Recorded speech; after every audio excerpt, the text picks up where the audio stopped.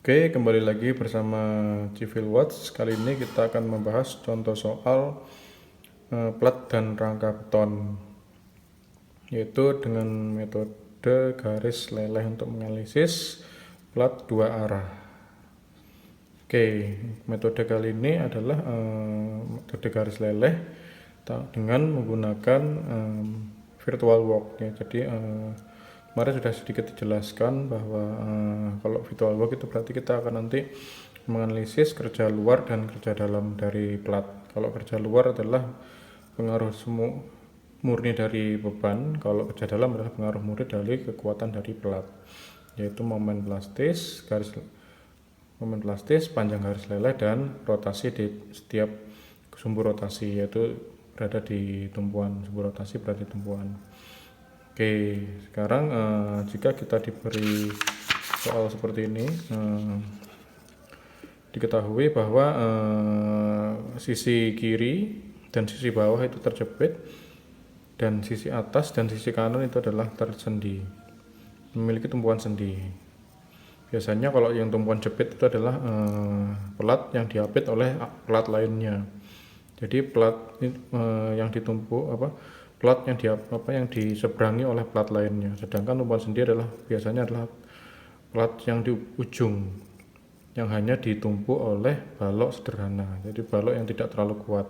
Balok yang dibanding dengan tebal dari plat itu tidak terlalu signifikan. Nah, itu bisa diasumsikan bahwa tumpuannya adalah sendi. Oke, karena sisi kanan dan sisi bawah tumpuannya adalah jepit, maka dia memiliki momen namanya momen negatif. Oke, selain momen positif yaitu momen plastis positif, tumpuan jepit juga memiliki momen plastis negatif. Oke, bagaimana cara mengerjakannya? Sama saja, yaitu pertama-tama kita gambar dulu garis rotasinya, kita beri nama yaitu garis rotasi, yaitu berada di tumpuan, yaitu sumbu rotasi atau garis rotasi. Jadi plat nanti terhadap pola garis lelehnya, plat akan dibagi-bagi berdasarkan miliknya sumbu rotasi. Jadi misalkan plat A miliknya sumbu rotasinya A, plat D punyanya sumbu rotasinya B, D. Jadi anggap aja plat ini sudah runtuh dan plat ini sudah terbagi-bagi. Dan plat yang trapesium ini adalah miliknya, yang plat trapesium B adalah miliknya sumbu rotasi B, seperti itu. Walaupun nanti kita pecah-pecah lagi boleh ya toh. Untuk mempermudah pekerjaan kita bagi-bagi lagi, tapi yang garis putus-putus ini bukan garis leleh, hanya garis bagi saja. Jadi yang garis leleh yaitu yang ini, pola runtuhnya yaitu. Jadi plat akan dibagi 4 berdasarkan garis leleh. Untuk mempermudah pekerjaan, plat bisa dibagi terserah, mau berapapun terserah, asalkan nanti sesuai, nanti tidak menyalahi dari garis runtuhnya, seperti itu. Kita memiliki garis runtuh 2, yaitu kalau misalkan plat itu persegi, itu hanya memiliki satu garis runtuh, yaitu yang kanan ini saja. Kalau misalkan plat persegi panjang, kita punya 2 garis runtuh atau garis leleh. Saya namakan untuk yang panjang ini, saya namakan pola garis leleh 1, yang ini adalah pola garis leleh 2. Oke, asumsinya adalah momen negatif itu karena mungkin seragam ya, jadi momen negatif sama dengan momen positif. Oke, asumsinya adalah delta kita anggap saja sebesar 1 ya, dimana delta itu adalah mungkin bisa D, bisa delta gini, atau simbol D seperti ini. Itu adalah perpindahan maks. Kita kita masukkan sama dengan 1, berapapun boleh, mau 2, mau sekian, mau 1000 boleh, tapi untuk gampangnya kita masukkan adalah delta sama dengan 1, itu. Oke, kita memiliki penampang plat yaitu panjang 7 meter, 7,5 meter ya, 7 meter kali 9, berarti 9 musuh 7,5. Oke, pertama-tama kita bagi dulu, ini 45 derajat ya. Sebenarnya tidak 45 derajat, tapi untuk mempermudah saja kita gunakan sudutnya adalah 45 derajat. Nanti kita tinggal konversikan aja ke, misalkan ini jepit, ada jepitnya, ini ada sendinya, nah itu sebenarnya tidak 45 derajat. Nanti kita konversi saja, nanti ada faktor pengalinya, jadi ada aturannya nanti.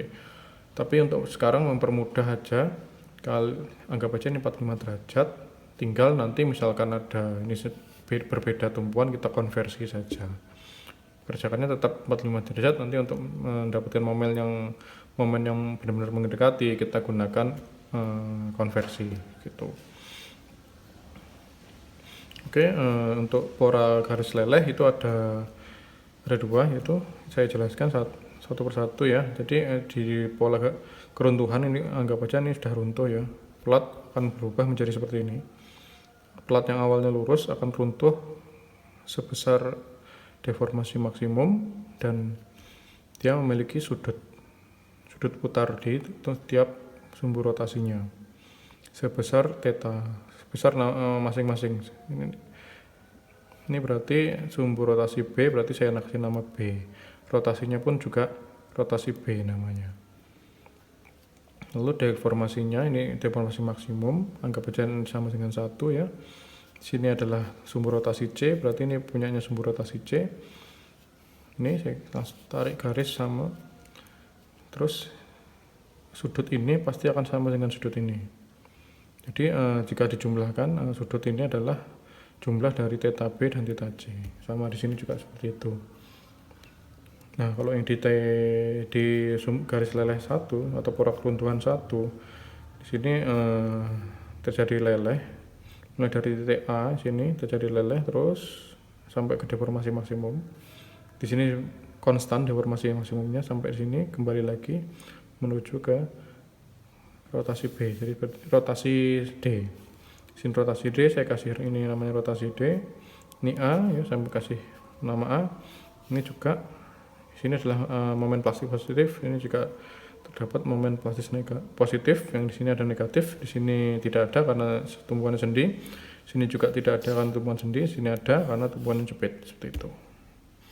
Oke, itu untuk pola keruntuhan ya. Jadi nanti ini menentukan ini rules-nya. Jadi ini punyanya sumbu, ini pola runtuh 2 ini adalah punyanya sumbu rotasi B dan rotasi C. Sedangkan pola garis leleh 1 atau pola keruntuhan 1 adalah punyanya si D dengan A. Jadi yang plat mana aja yang ikut ke D sama A, yaitu plat D dan plat A. Untuk yang ikut pola runtuh ini berarti adalah plat B dan plat C, seperti itu. Ini punyanya ini punyanya ini punyanya ini punyanya ini. Itu oke, paham? Nah, sekarang kita masuk ke perhitungan beban luar dan beban dalam. Oke, kita hitung satu persatu luasnya. Jadi kalau metode kerja maya ini nanti kita bekerjanya hanya dengan luas dan lokasinya saja. Kalau metode kesetimbangan, dia selain juga luas, juga ada vektor gayanya kemana, terus momennya kemana arahnya, positif apa negatif, berlawan arah jarum jam bertindak. Nah, itu kalau metode kesetimbangan. Kalau misalnya metode kerja maya atau virtual log ini hanya hanya melihat luasan dan letaknya di mana. Itu untuk beban.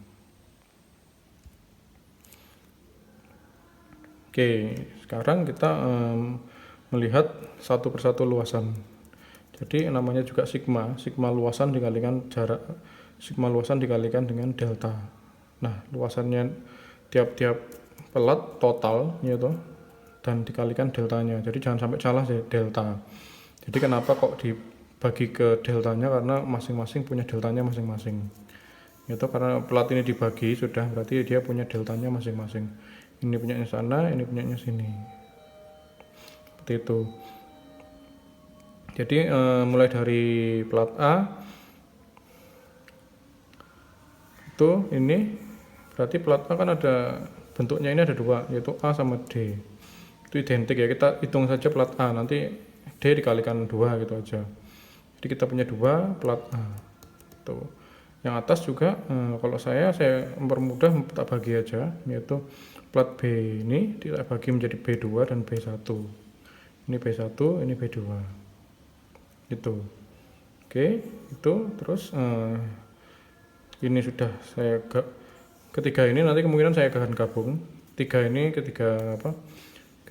plat ini akan saya gabung menjadi satu supaya mempermudah pekerjaan mencari luasnya. Hanya saja kita akan cari D-nya yang di mana nanti. Nah, seperti ini. Jadi plat A, lalu plat B1 dan plat C1. Ini luasan yang ini. Jadi luasan yang ini. Jadi plat BA, B1 dan C1. Oke, dan plat A ini akan kita lihat. Kita sekarang selain mencari luasan, kita cari D-nya. D-nya di mana? Oke, D-nya itu berada di titik berat luasan tadi itu. Jadi kita cari dulu titik berat di luasannya. Nah, ini kan sepertiganya dari sumbu rotasi. Nah, berarti ini juga sepertiga. Ini jika ini D, maka ini adalah sepertiga D. Sama, yang ini berarti punyanya ini.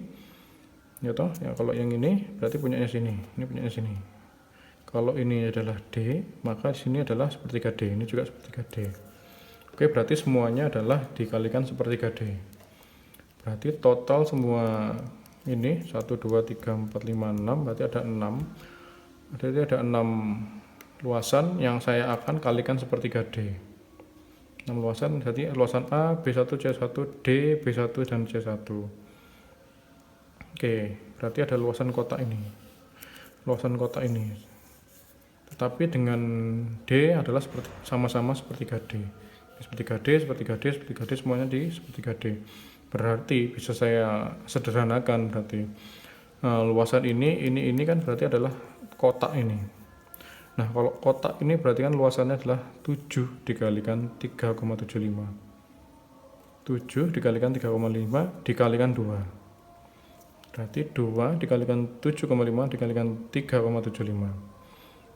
Ya toh, berarti luasnya semua ini adalah 2 dikalikan 3,75 dan 3,75. Luasnya sama dengan 56,25. Oke, itu luas pertama. Luas kedua berarti adalah ini. Plat terbagi menjadi 2 kalau ini. Untuk yang di tengah ini, plat itu punyanya si B sama si C. Karena ini bagiannya berarti C2 dan B2 dan C2. Oke, berarti luasannya adalah luasan B2 ditambah dengan luasan C2. Berarti luasan kotak ini. Berarti 1,5 dikalikan 3,75 dikalikan 2, itulah luas kedua. Dimana titik beratnya di sini adalah di tengah, berarti sini adalah setengah D. Berarti dua luasan ini sama-sama dikalikan setengah D. Berarti B2 dikalikan setengah D, C2 dikalikan setengah D. Berarti luasannya adalah sebesar 11,25 satuan. Jadi tetap ini enggak, walaupun pekerjaannya di mencari luasan menjadikan satu sama seperti ini tetapi pengerjaan detailnya adalah harus satu-satu seperti ini. Karena D ini tidak boleh salah. D ini bergantung dari bentuk dari platnya, cari titik berat per bagian dikalikan dengan titik beratnya, itulah mencari D. Walaupun bisa dicari luasannya bisa dicari secara kumulatif seperti itu. Oke, maka E1 sama dengan luasnya dikalikan D-nya. Jadi luas A mulai A, D, B1, B2, B1, C1 semuanya dikalikan dengan sepertiga D. Jadi saya sederhanakan E1 sama dengan Q dikalikan L1 yang tadi ini dikalikan sepertiga D. Saya anggap D itu sama dengan 1, berarti Q dikalikan L1 dikalikan sepertiga. Maka 20 dikalikan 50 dikalikan sepertiga sebesar 3,375. Sama yang ini juga B2 kalikan sama-sama setengah D itu dikalikan Q. Berarti saya Q dikalikan L2 lalu dikalikan setengah D. D-nya itu saya anggap 1, berarti kalikan setengah. Berarti kita dapat I-nya sama dengan 112,25. Oke, saya tambah berarti totalnya adalah 487,5. Itu untuk energi eksternal ya. eksternal energi luar. Nah, kalau energi dalam adalah hubungannya adalah MP dikalikan panjang garis leleh dikalikan dengan delta. Dikalikan dengan theta. Theta itu ini. Nih, theta. Jadi theta itu sama dengan sisi depan per sisi samping, yaitu D per 3,75. Anggap D sama dengan 1, berarti theta theta sama dengan 1 per 375. Oke, kita ketahui bahwa di tumpuan A dan tumpuan C itu adalah jepit, berarti dia memiliki dua momen plastis negatif dan momen plastis positif. Oke, langsung saja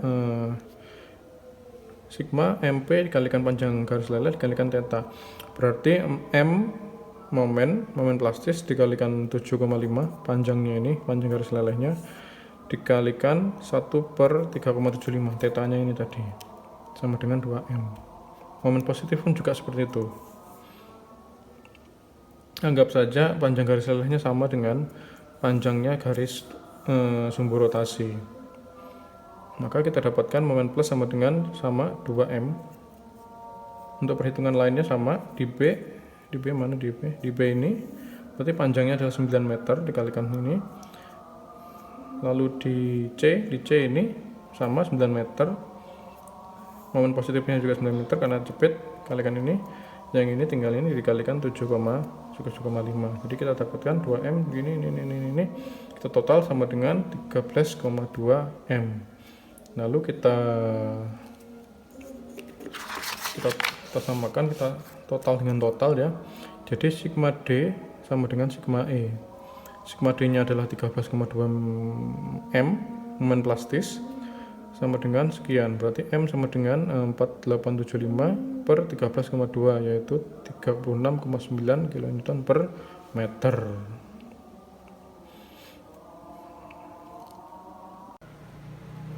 Nah, bagaimana misalkan jika saya tambah beban garis di tengah bentang di sini ya. Jadi arah memanjang dari pelat, selain beban Q yang per meter ya, selain beban Q merata per meter, saya beri beban garis di tengah bentang arah memanjang. Oke, kalau misalkan saya tampak samping seperti ini, jadi beban ini terbagi merata secara garis di arah memanjang dari pelat. Jadi ini tumpuannya A dan ini tumpuannya D tadi itu. Oke, berarti kalau sini berarti dia punyanya beban yang separuh ini adalah punyanya si A, yang ini sampai sini adalah punyanya si D, yang sini berarti punyanya si sini berarti punyanya si B, punyanya si ini garis tetap punyanya si garis leleh ini, benar-benar. Jadi punyanya si garis leleh pertama. Oke, kita tahu Q-nya adalah sebesar 20 kN per meter lari. Lalu kita bagi ini punyanya si A, ini punyanya si A, ini punyanya si D, dan ini punyanya si B benarnya. Lalu setelah kita bagi, lalu kita cari titik beratnya di setiap setiap bagiannya. Yaitu kalau ini berarti titik tengahnya di sini, berarti kita tarik garis ketemu setengah D. Di sini kita tarik, yaitu punyanya setengah D. Ini kita tarik ke bawah, ini punyanya D. Kita tarik, berarti kalau yang beban yang tengah ini kita kalikan adalah 1, karena kita dapatnya adalah titik beratnya adalah 1D, sini setengah D, sini setengah D. Nah, bagaimana untuk mencari energi eksternalnya? Yaitu kalau tadi yang ini pengalinya adalah luasan ya, L ya. Kalau sekarang pengalinya adalah cukup jaraknya, berapa panjangnya. Jadi luasannya hanya ini, bukan luasan ruang lagi, tapi luasan hanya Q dikalikan dengan panjangnya. Itu adalah Q dikalikan panjangnya. Jangan lupa nanti adalah ini adalah sigmanya N, ini adalah D-nya. Gitu. Sigmanya N adalah Q dikalikan 3,75, 2 ini, karena ini sama ini, untuk luasan yang pertama. Ini kanan dan kiri sama, berarti kita kalikan 2 aja. 2 dikalikan Q kalikan 3,75 dikalikan setengah. Ini untuk yang luasan pertama. Untuk yang luasan kedua, Q dikalikan 1,5, ini 1,5 panjangnya. Q dikalikan 1,5 luasannya, lalu dikalikan 1D, ini 1D. Maka kita total, kita kalikan, maka kita dapatkan total semuanya adalah 105.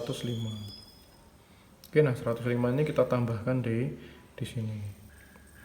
Oke, sigma D nya tetap karena platnya tidak berubah, platnya tumpuannya tidak berubah, semuanya tidak berubah, maka D nya tetap. Maka D-nya tetap karena bagaimanapun bebannya, kalau platnya tetap, maka D-nya pun tetap. Oke. Cuman hanya beda di energi eksternalnya saja. Karena yang pengaruh, misalnya kita tambah beban, kita tambah beban P, beban garis, itu yang berpengaruh cuman energi eksternalnya. Untuk energi dalamnya tidak akan berubah selama plat itu tidak berubah. Oke, berarti saya tambahkan E nya yang berubah, maka D nya tetap, maka ini M ditambahkan ini, berarti M nya sama dengan sekian. Jadi kalau yang pertama tadi 36,9, sekarang adalah 44,89 akibat beban garis. Nah, misalkan bagaimana kalau misalkan diberi beban titik ya, beban poin, beban P gitu kan ya. Nah, misalkan saya kasih di sini, ya berarti tinggal ini punyanya siapa? Punyanya plat siapa di titik ini? Punyanya plat siapa? Lalu kita cari berapa dia, di mana D-nya. Selesai. Jadi E sama dengan P dikalikan D. D-nya di mana? Misalkan ini di tengah sini, berarti adalah P dikalikan setengah D. Selesai. P-nya berapa dikalikan setengah D. Tidak ada luasan lagi. P dimanapun tinggal cari berapa D-nya.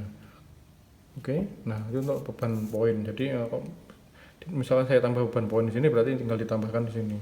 D-nya energi dalamnya tetap seperti itu. Oke, itu untuk mencari momen plastis dengan virtual work ya. Satu contoh soal sederhana. Untuk mencari momen plastis, ujung-ujungnya kita mencari momen plastis ya. Setiap metode pun kita ujung-ujungnya mencari momen. Sudah selesai, kita dapatkan momen, kita bekerja ke pekerjaan selanjutnya, yaitu mencari tulangan seperti biasa. Momen ketemu, tulangan ketemu.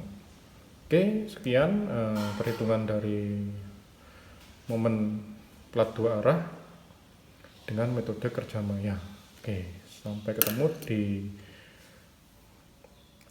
channel selanjutnya atau di konten selanjutnya untuk membahas plat dua arah dengan metode yang lain. Oke, sampai jumpa.